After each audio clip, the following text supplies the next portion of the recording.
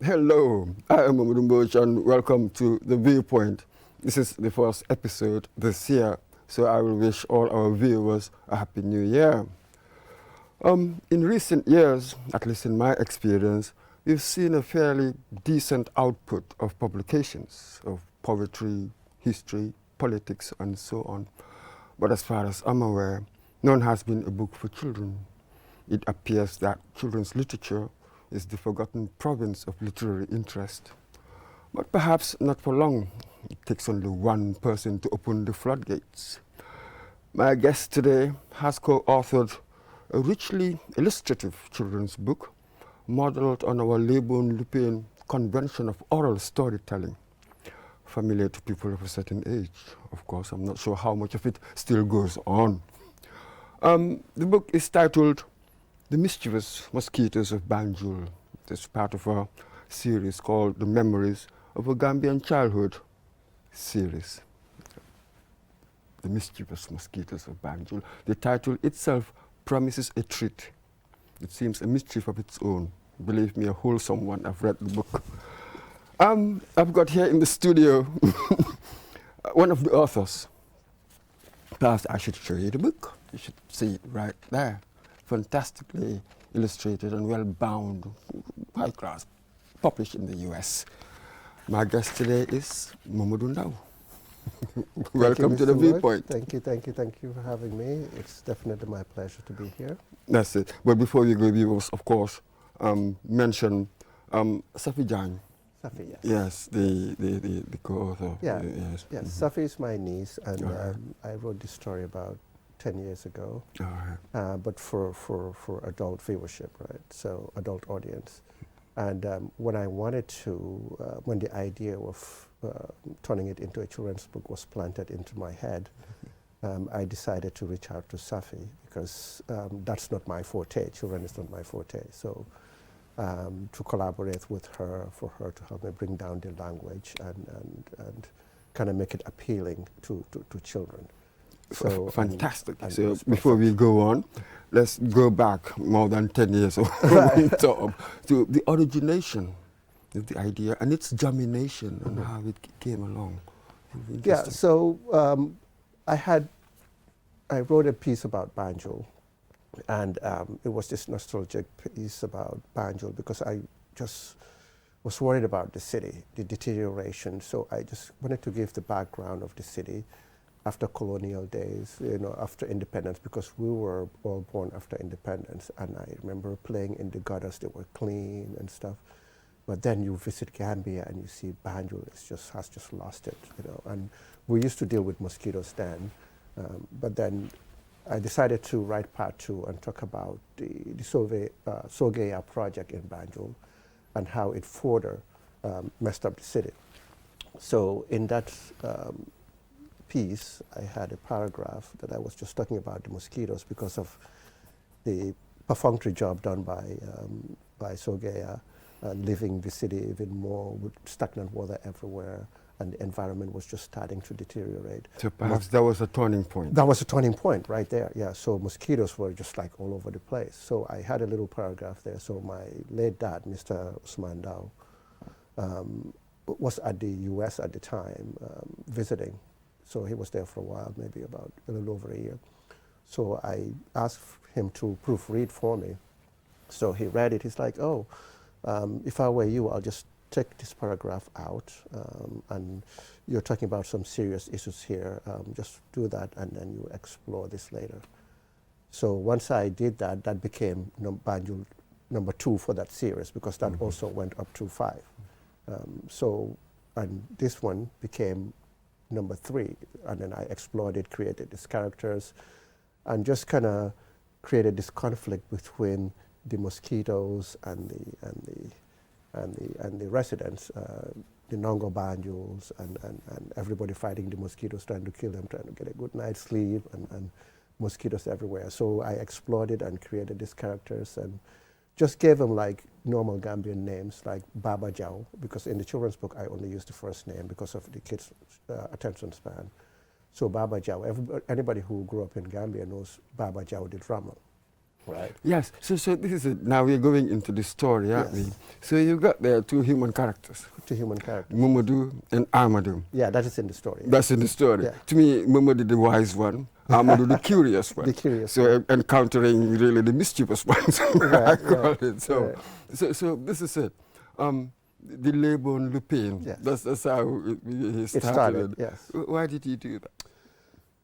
Because representation matters, and for me, I wanted to make sure that the representation started from the onset of the story, right, from the word go, like they normally say here. And Lebon Lupin, it's part of our cultural way of telling stories, and in the Mandinka version is taling, right? And it was just Lebon Buke Nyombor and taling Suluning Sannem.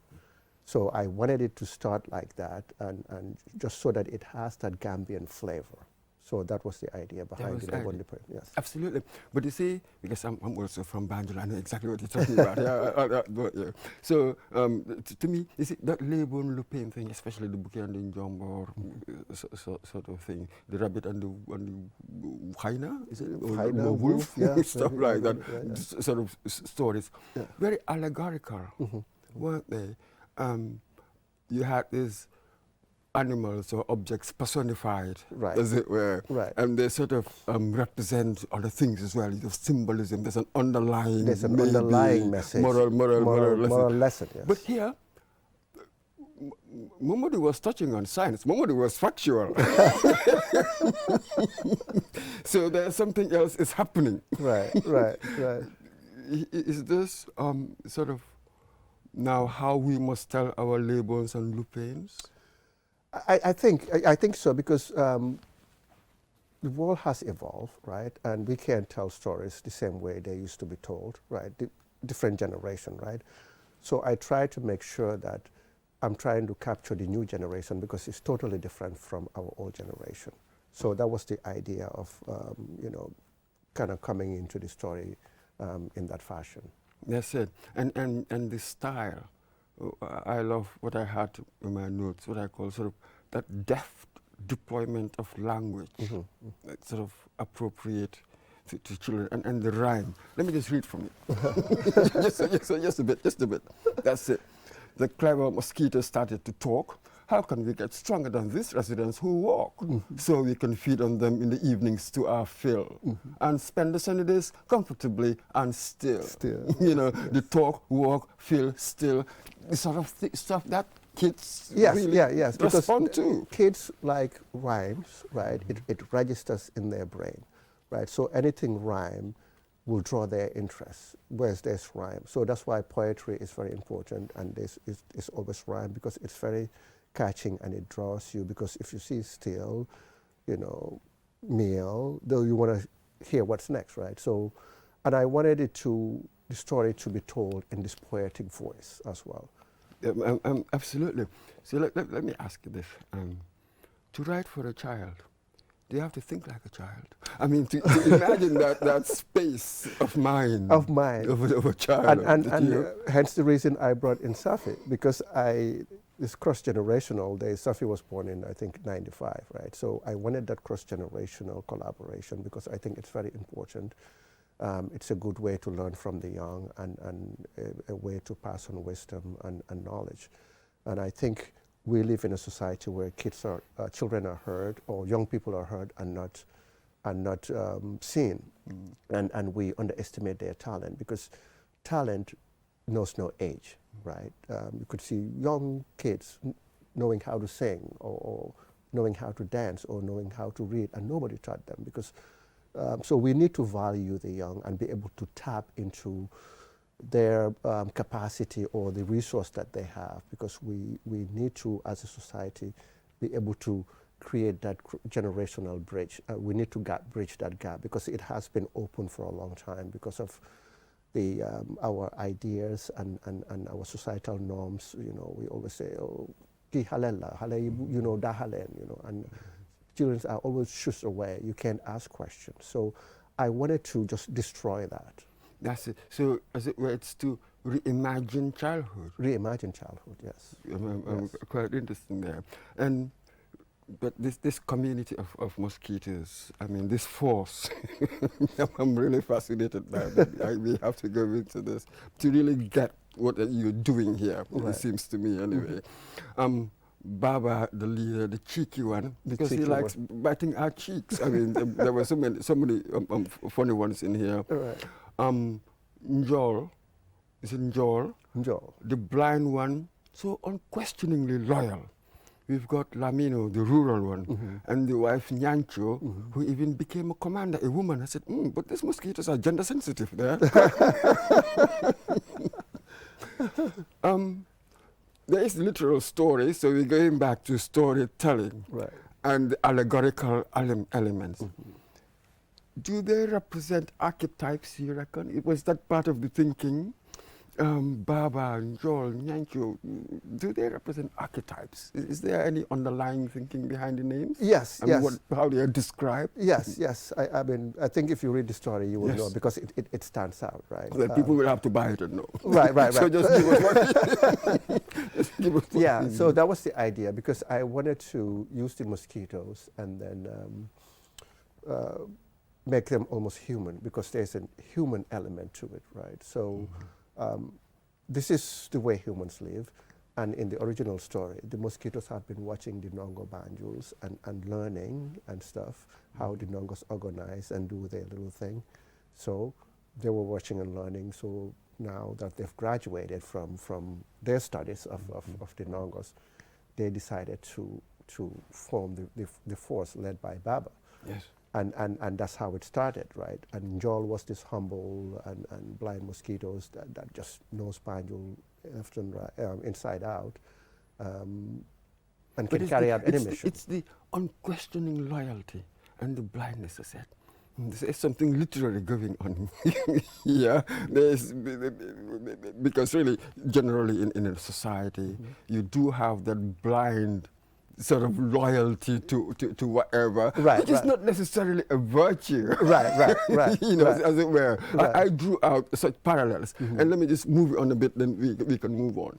Even in the end, when the mosquitoes took over State House, then I stood back, I said, this could be really the army.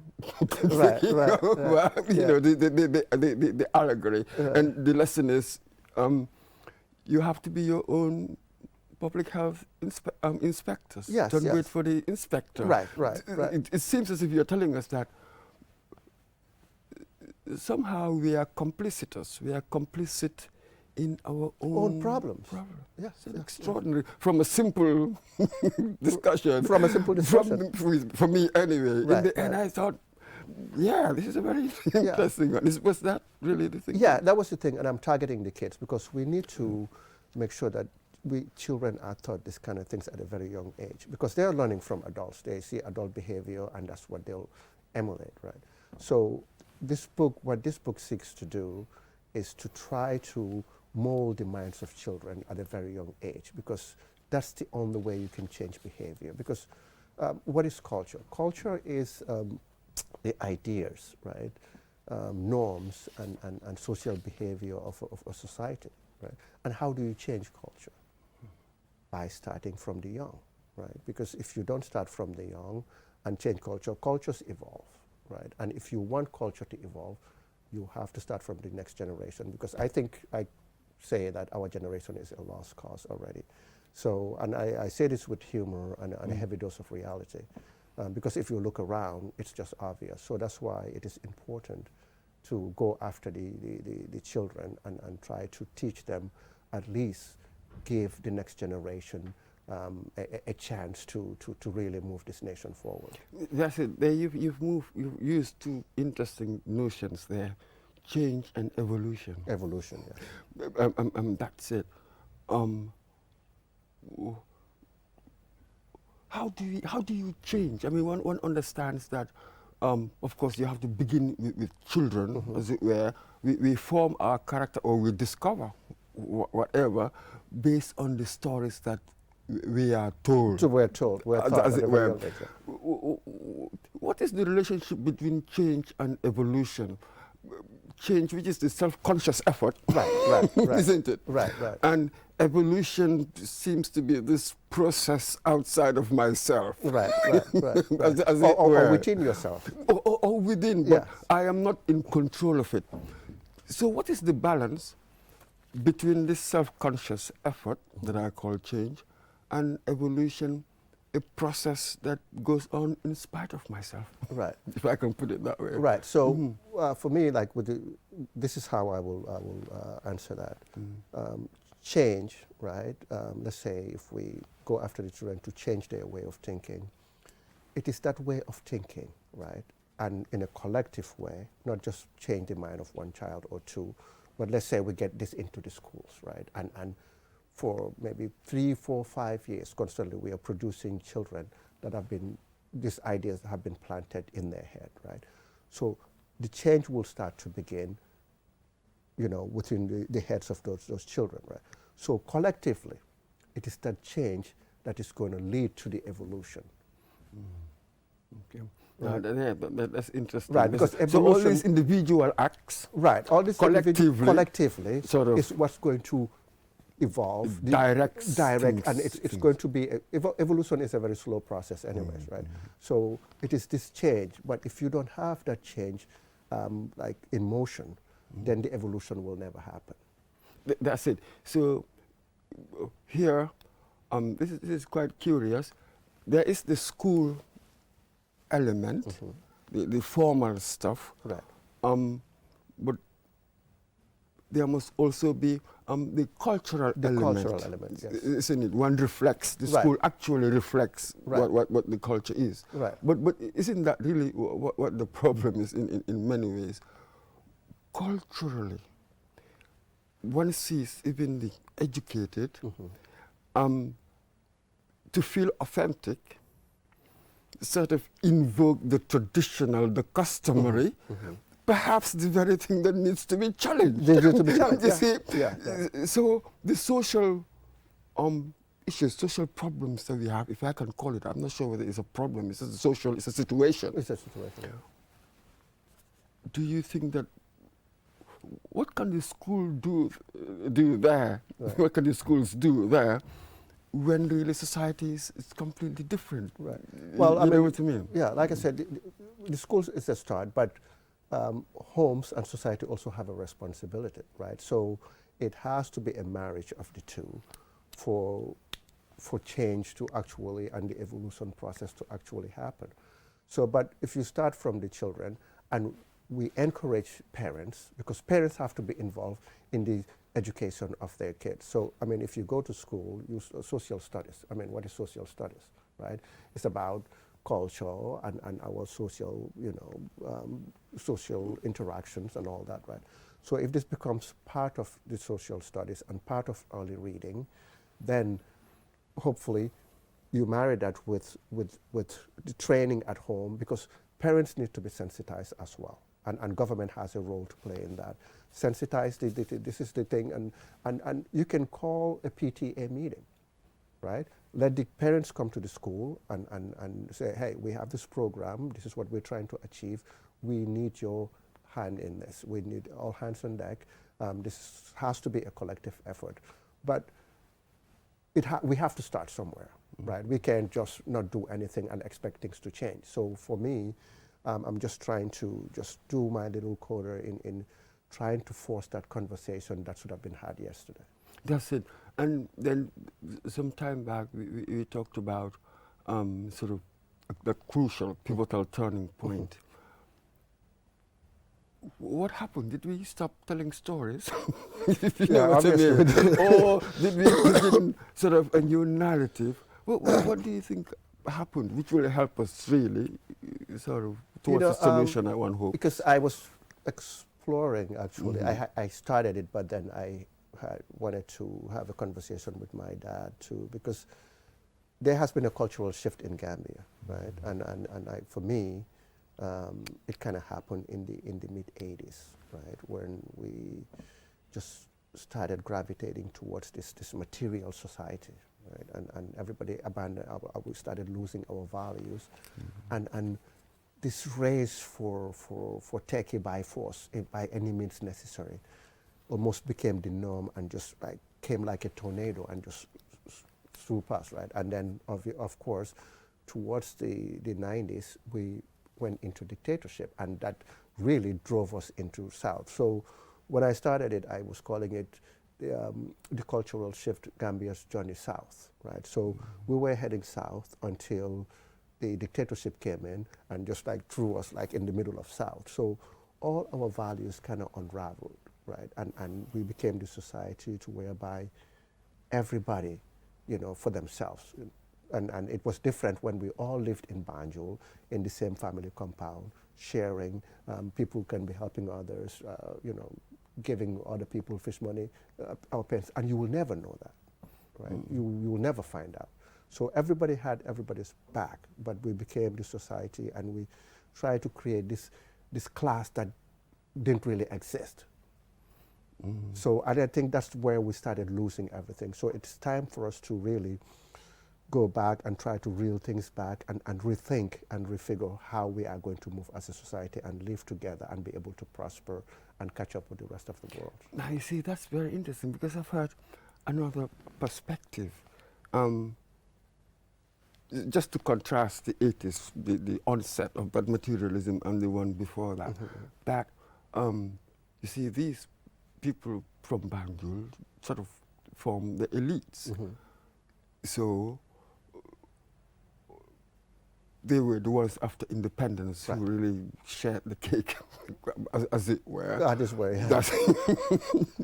So there was a lot of resentment. So this almost sort of romanticized picture, maybe there's a broader background which other people sort of, you know, they always quick to remind me. I'm from Banjul. So which really burst through in 81, failed. Came back in 94.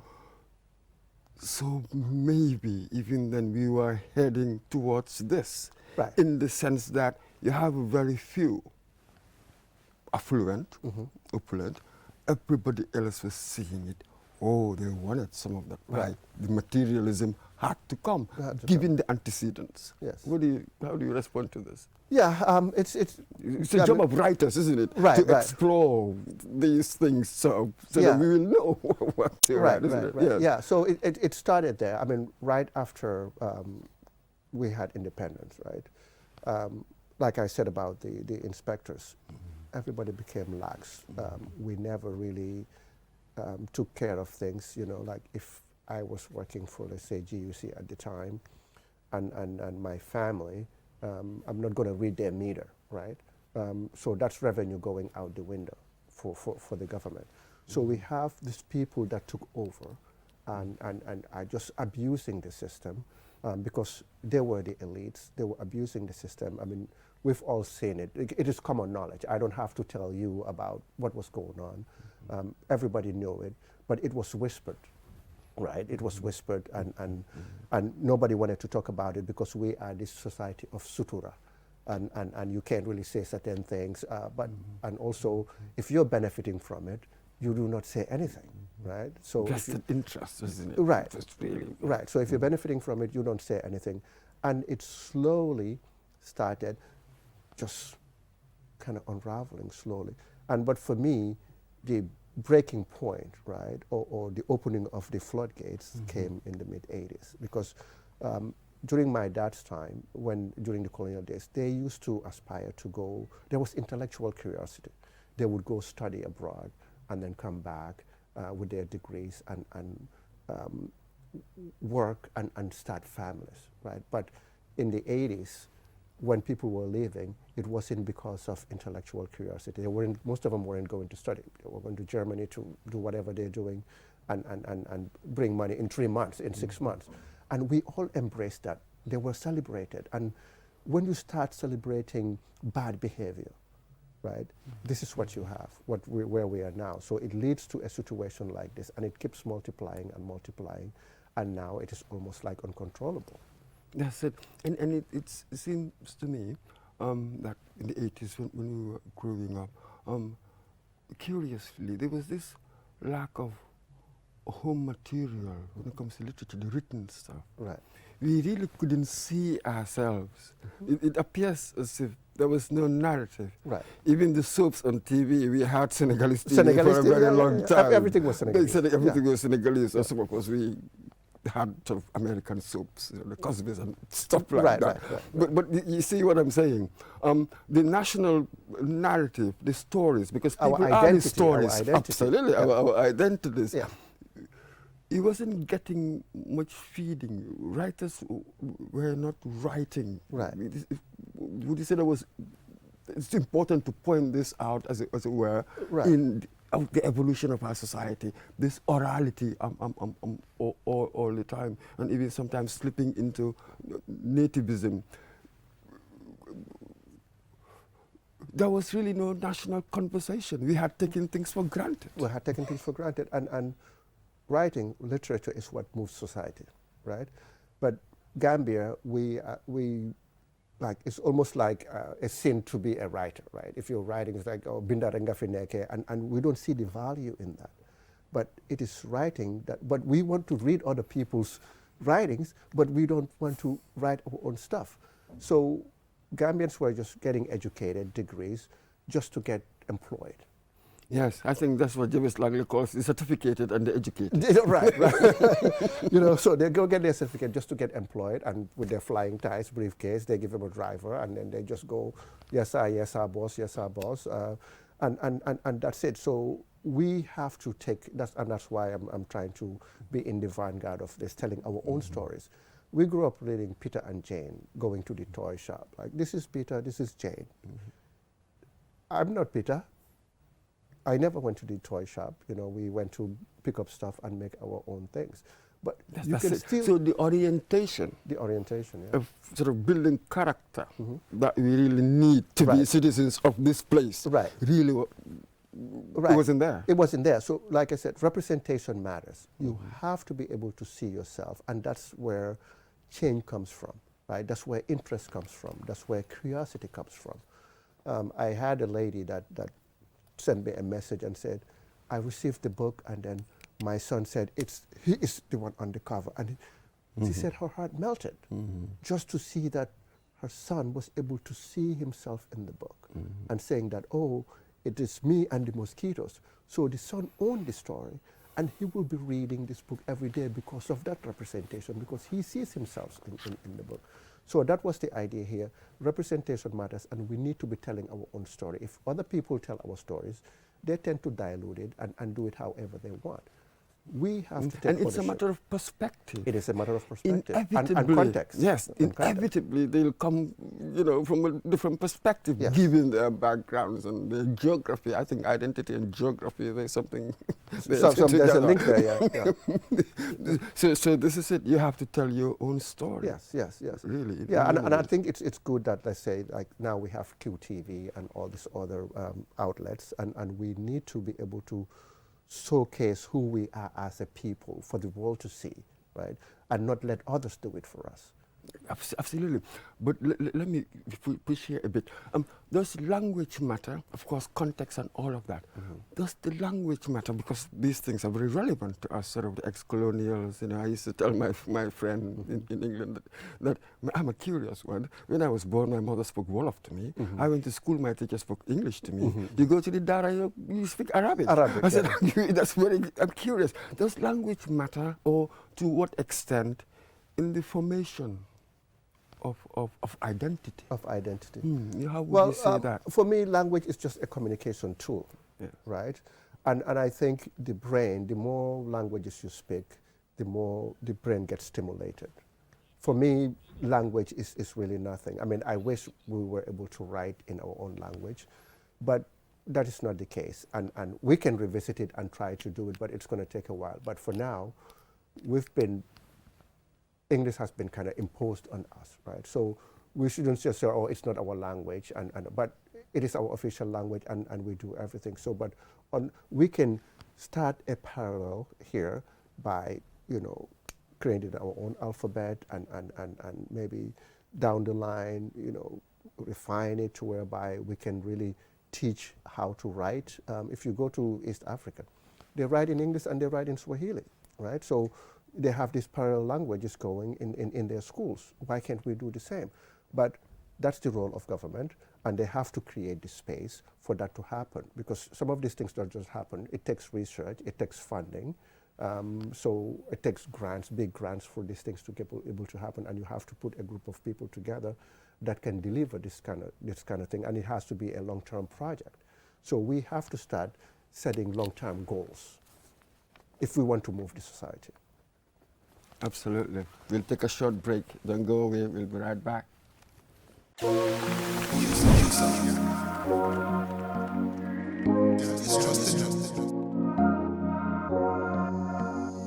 As the fastest growing GSM company in the Gambia, QCell has the widest 4G plus coverage in the country, 3 times faster internet speed than our competitors.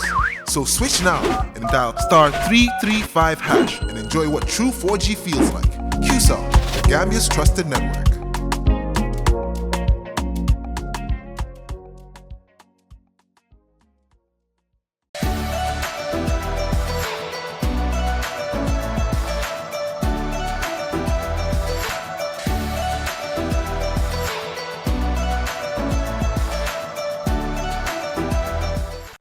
Hello, welcome back to the Viewpoint. My guest today is Murundao, who has co-authored a children's book with somebody called Safi Jan here. We're just discussing literature, books, identity formation, social change, I suppose.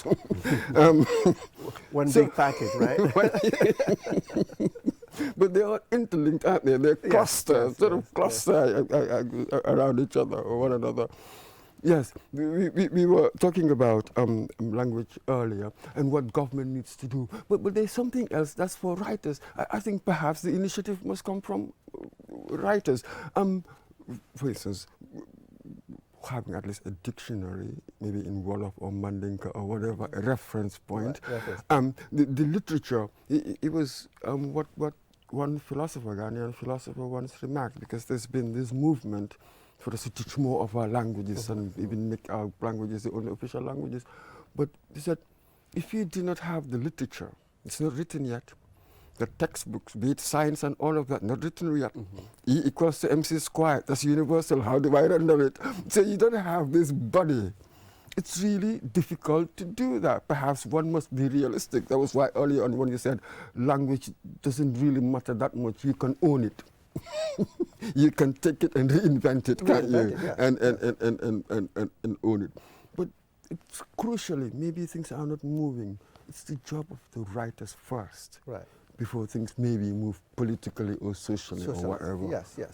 Yes, writers play a big role. Not just writers, but musicians. Artists, the general bit. Yes. Everywhere you go, artists have been in the forefront of every major change. Right, and every struggle anywhere in the world, whether it's in the U.S. and South Africa during apartheid, anywhere you go,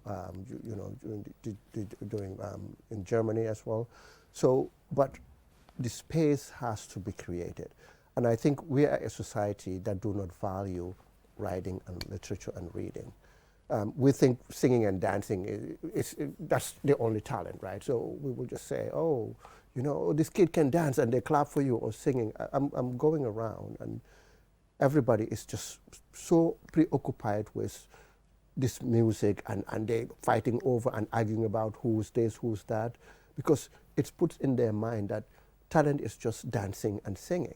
So unless as a society we value and start teaching our kids that writing and storytelling is also a form of talent and they can be successful at it. Because everybody wants, because success in writing is very slow, right? Compared to, let's say, music, you get a hit song and you do a concert, stadium is full, people are chanting your name. That can happen overnight, right? But to write a book, just the process of writing a book, this book was supposed to take 6 months because it's a children's book with the illustration and having to consider the kids, children's attention span. So a lot of things had to come out, right? And you can't send mixed messages. So it is harder to do this. We kind of did it under a little over 3 months, but it was just crazy fast pace. But I had to put it on an accelerated path because of the situation right after when the results came. I was like, no, this can't wait anymore. I need to put it on an accelerated path to put this book out and see how we can try to start moving to this direction and changing the mindset and making writing and storytelling something to be desired, right? Something other people can see and try to pursue. So I'm hoping that this will open the floodgates for other people to start writing for children. Other people, and the reason why I went for kids is nobody is catering to them, right? Everybody is writing adult books and stuff. So I was like, okay, let me try something different here. Because even if you write adult books, some adults, their minds are already set. They might just read the book for the information and that's it. But you might not really change their way of thinking, right? Unless it is something very profound. But otherwise, they'll just read it and oh yeah, you know, this was this, and then they had a little conversation. But it will not be something that will create that paradigm shift, right? So the paradigm shift has to be created, and it has to be at the level of the children. That's it. And here it seems to me that there are two gains. You'll have the cognitive bit. Right. You learn what they call divergent thinking, seeing different possibilities, interaction of different characters. Yeah. Which will have the other beneficial effect of emotional intelligence. Emotional intelligence. Empathy. Yeah. Very important. And that sort of thing. Right. So, but this is the thing that we face, it seems, in this country. Popular cultures was overwhelmed so much what we used to call high culture. Right. And this is it. In there, once you start talking like that, they perhaps see you as an elite. Elitism. You see that kind of language. Right. But even Fanon once said that Africans must create their own high culture. quite fascinating. Right. So this is it. This paucity, this neglect of high culture, really to our own detriment, to the extent that even our so-called leaders are not really cultured. I dare to say that. You said it, I didn't. but this is I see the disconnect rather. There's a sort of dissonance, as it were, between how we are educated, what the imperatives, and that's what I want to come to next. So how do you respond to this view? It's a tough one. You know, we have to have some high-level culture, right? But it has to happen in a way that is not condescending. And I think that's where that's where it all lies, right? I don't want to be seen as somebody who is above anybody just because I wrote a book, right? And some people, that's what they want. I do not want that. Oh, absolutely. So this is about not necessarily the individual, but the ideals. You know what I mean? Right. The principles, what way of life, if I call myself cultured, what way of life is appropriate? What are the coordinates, as it were, between idea and habits, isn't it? That's at the heart of it. That's really what is meant by high culture, isn't it? Right. But yes, but the danger is that individual ego, which is a vulgarization of the idea. Right. And I think it's very rampant in our society. So because we try to create this unnecessary hierarchy, so it makes it very difficult for people that are on the poor things to try to come up to our level, right? Because people keep telling them that we're better, and it's all based on nothing really substantive, in my view, right? So we have to try to, as a society, find a way, because Gambia we live in ways whereby everybody they do their own thing, right? So we have to try to create this culture that we all share, because we have different people living in a compound, but raising their children differently, right? So we have to find that balance to whereby we have a shared culture. In anywhere you go, there's going to be, like, let's say between, and it's the tribe thing too that's kind of consuming us as well. We need to kill the tribe and try to form a culture that we all share across the board, right? Each culture has their own good and bad, right? But we have to somehow create, and we can create it through literature, through TV programs, by teaching kids how to behave in the society, and we can create programs where you have other kids teaching other kids how to behave in a society. But we have to, as I think, know what we want as a culture, as one people, as a diverse people, right? One general culture that we all share, pick from this, from that, and kind of create our own hybrid culture that is like, if you go to Senegal, right, there's no conflict about who's this, who's Fula, who's this, who's that. But they all are proud of who they are, right? But there's not that friction there. So why do we have that? So we need to explore that and try to create this culture that we all share and values that we all share. That's exactly it. You've touched on it. This was going to be my next point, really, because soon our time will be up. Given everything we've said so far, really, what should be the purposes, the cultural purposes of our time? What are the imperatives of our time, sort of going forward? Right now, culturally, I wonder what's your take on this? Yeah, well, you've already mentioned some of it. The tribe bit is very interesting. Right. How do you break it, sort of, to create a sense of nationhood? Right. Instead of the ethnic identity trumping the national identity. The national identity, it right, seems. right. So you go to the U.S., you see, I mean, everybody is flying the U.S. flag, right, regardless of who they are. But you rarely see any Gambian flying the Gambian flag, even during Independence Day. So we have to like be patriotic and see Gambia first, right? Fly our flag, and then once we start doing that, because it's a process, and we have to, and our leaders have to take charge in this. They have to start.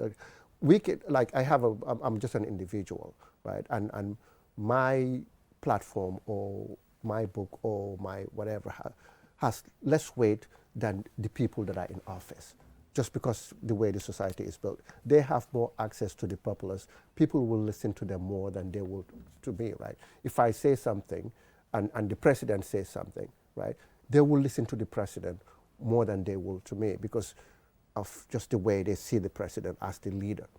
So leaders have a responsibility, and they have a responsibility not just to build society, not just to develop the nation, but also to try to change the culture and to try to change the mindset of the people in a positive way.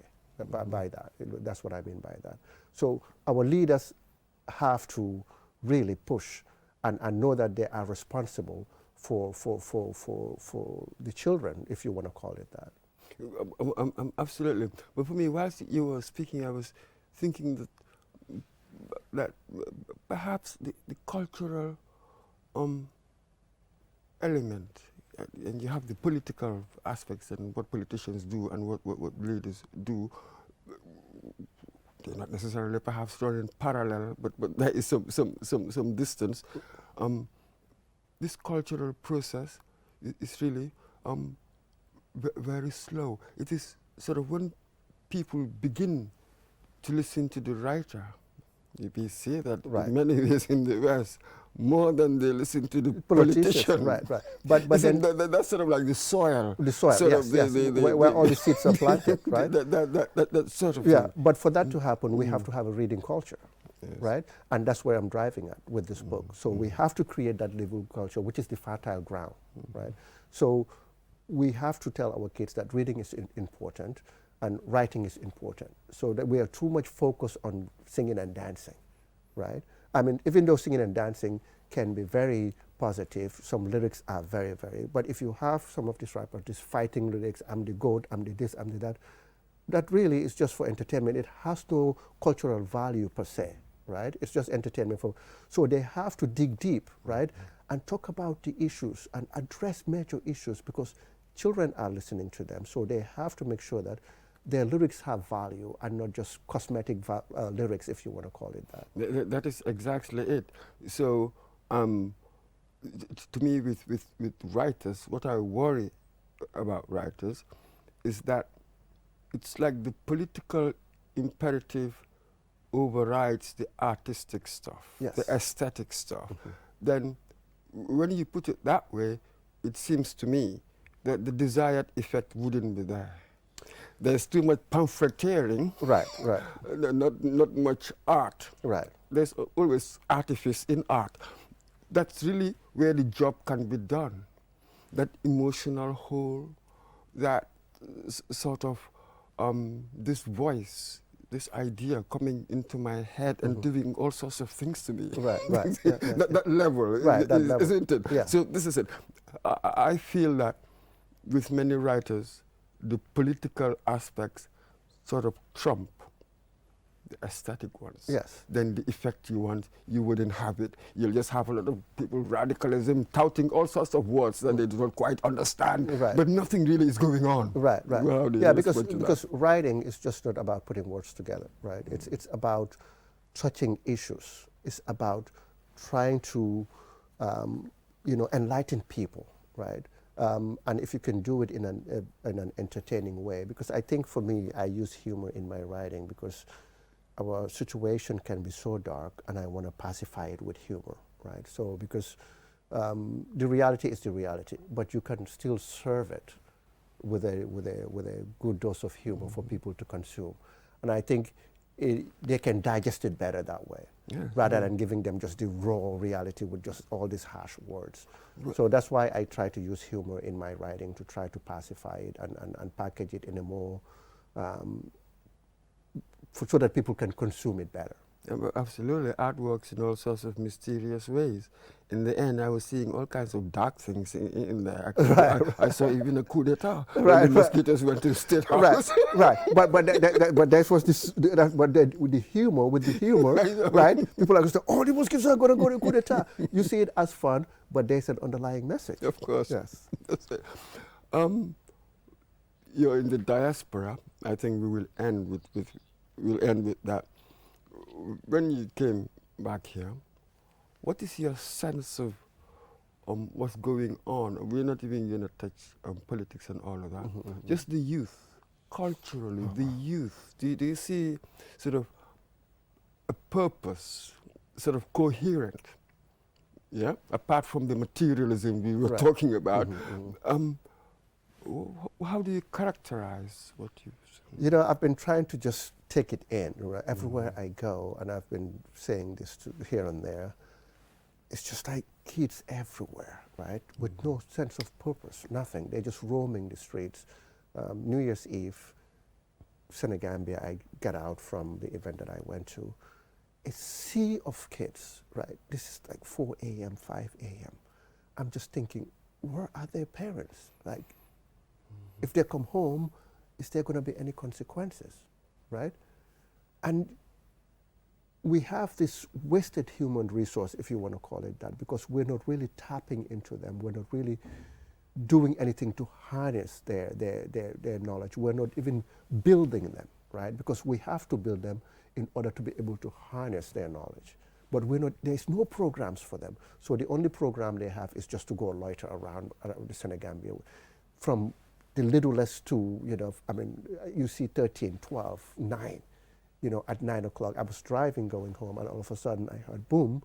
It's like at 4 a.m. in one of those dark corners, back ways. 2 kids jumped in the back of the car, right, trying to do a joyride. I'm like thinking 4:30 a.m., and here are like maybe 12-year-olds or 13-year-olds, maybe 11, I don't know, just out in this time of the night doing this. So there is so much urgency, and we need to, because it's almost like a ticking time bomb. Because at some point, we have all these youths that are going to grow up wanting opportunity, wanting to have a phone, wanting to eat bread or whatever, And how are they going to get it? We have not prepared them to be productive citizens. And how are they going to survive? Yes, Because your economy today, your education system today or your youth today are going to be your economy tomorrow. Like other kids in other countries are putting in programs, studying science, and but here nothing. So how are we going to do? We have a plan for this massive body of kids that are going to be, let's say in the next 10 years, ready to be employed with zero opportunity. That's it. But you see, when you live in this country, though, it's quite deafening, the rhetoric, the words about kids. I mean, there are all sorts of movements and groups being formed by kids. And yes, on the airwaves, there's a lot of talk about kids doing this, doing that, contributing their quota. We love this term and the like. But certainly, when you experience out there, yeah. it's quite different, else. right? Something else, Isn't it? Right. So you have parallel things going on. Maybe what one is worried about is whether we'll have a critical mass doing. Right, yeah. And that's where it's heading. That's really where it is. Right. But we really ought to be thinking about this, you're right, very, very seriously.